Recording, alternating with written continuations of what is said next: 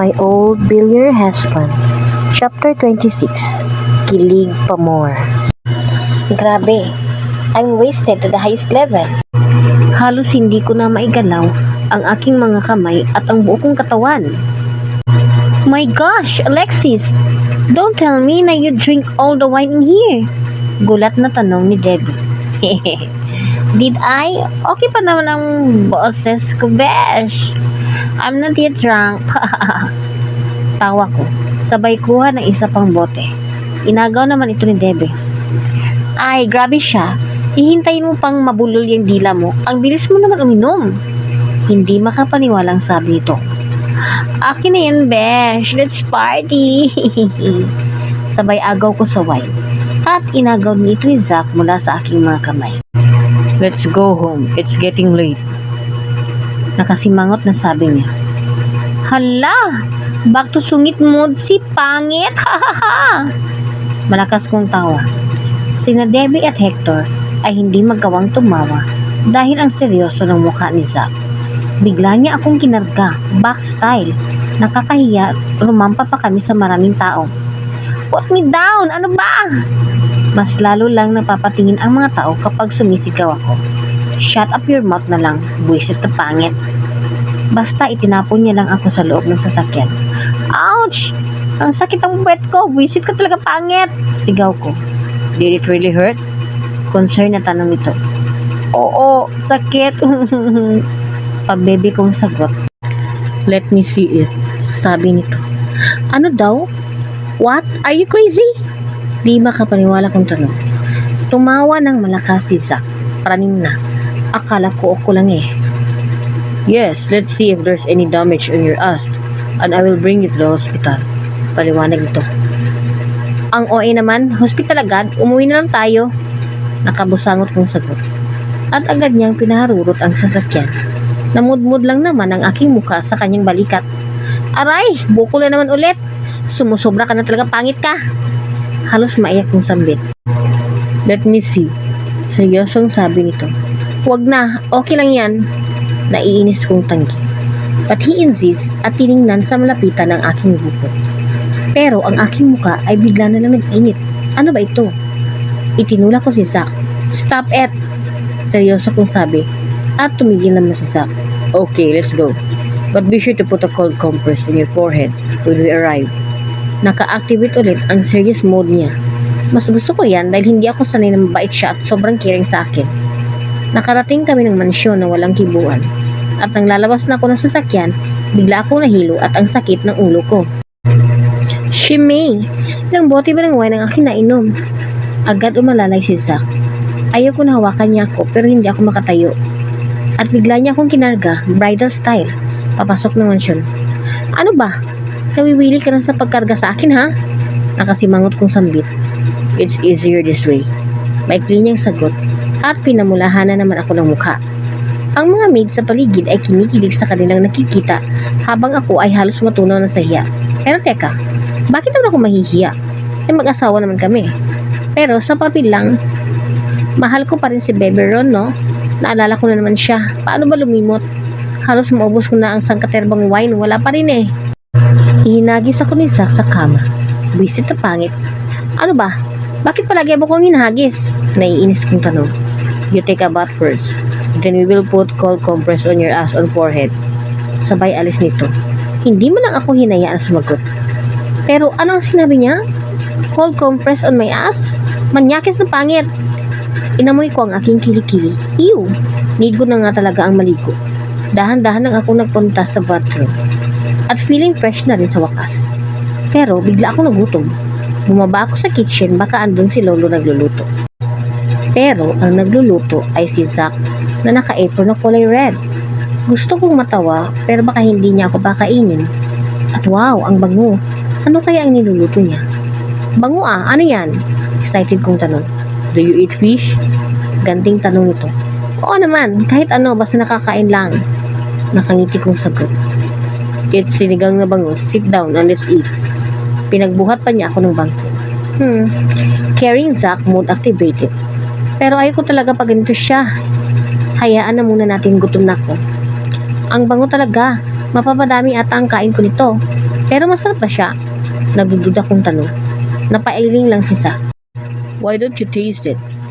At binigyan niya ako ng isang slice ng bangus. Inamoy ko muna bago humigop ng mainit sa sabaw. Perfect sa hangover. At ang sarap niya.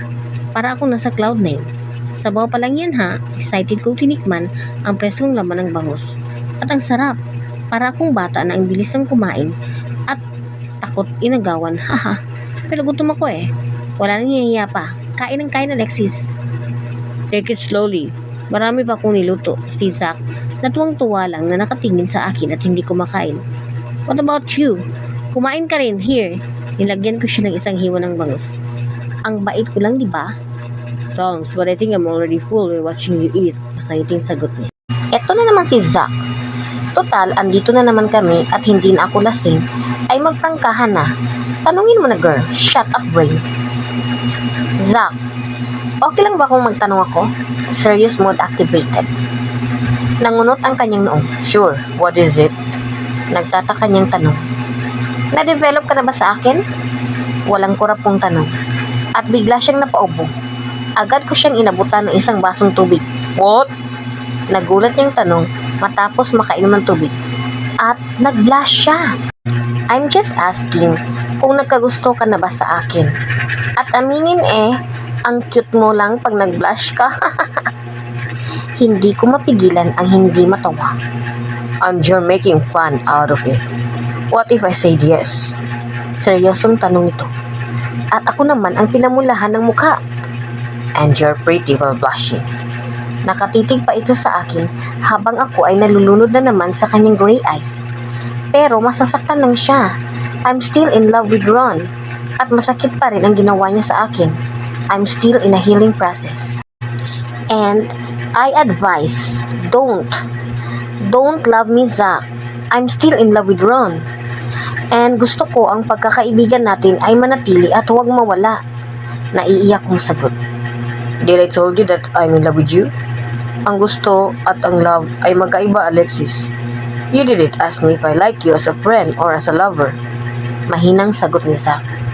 At ouch, tinamaan ako doon Oo nga naman, ang assuming mo, Alexis. Mabuti naman. At gusto kong maging kaibigan ka, Zack. Baka kasi may mag-iba kapag ang isa sa atin ay may gusto. Paliwanag ko. Don't worry. I'm old enough to know the feeling. And I still don't believe in love. Nakangiti niyang sagot. Sana all na lang. Pero in love ako At ang sakit pa rin ang nadarama ko. Palungkot kong sagot. Stop crying. It will not solve your problem. At pinahiran niya ng kanyang kamay ang aking luha. Friend lang kami. Huwag na mag-isip ng iba, Alexis. Okay. Ang drama ko na naman. Kain na tayo ulit. Sorry, Zack. Gusto ko lang naman ng kalaro. Nalulungkot kong sabi. It's okay, let's eat. Baka lumamig ng sabaw. At ituloy na nito ang kanyang pagkain. Busog match ako. Ang sarap magluto ni Zack. It's nap time. Parang baboy lang. Pagkatapos kumain ay mahihiga. Pang king size ang bed namin ni Zack. Kaya magkabilang dulo kami kumatulog. Kahit anong pilit kong ipikit ang aking mga mata, ang mukha pa rin ni Ron ang aking nakikita. Buwisit ka, bebe. Bakit mo nagawa sa akin ito? Ang sakit kaya. Miss ko na ang mga video call at chats namin. Mga late night talks hanggang makatulog ako. Ngayon, ang tahimik na ng cellphone ko. Wala na si Bebe. Hindi ko napigilan ang aking iyak at napahagulgol ako ng malakas. Bumangon si Zack at kumuha ng tubig sa mini fridge. Here, drink this. Bumangon din ako at tinanggap ang tubig. I'm sorry, Zack. Humihikbi kong pamanhin. It's okay. Don't you feel sleepy at all? Inaantok na tanong. Hindi Sorry talaga ang ingay ko. May work ka ba bukas? Nag-aalala kong tanong.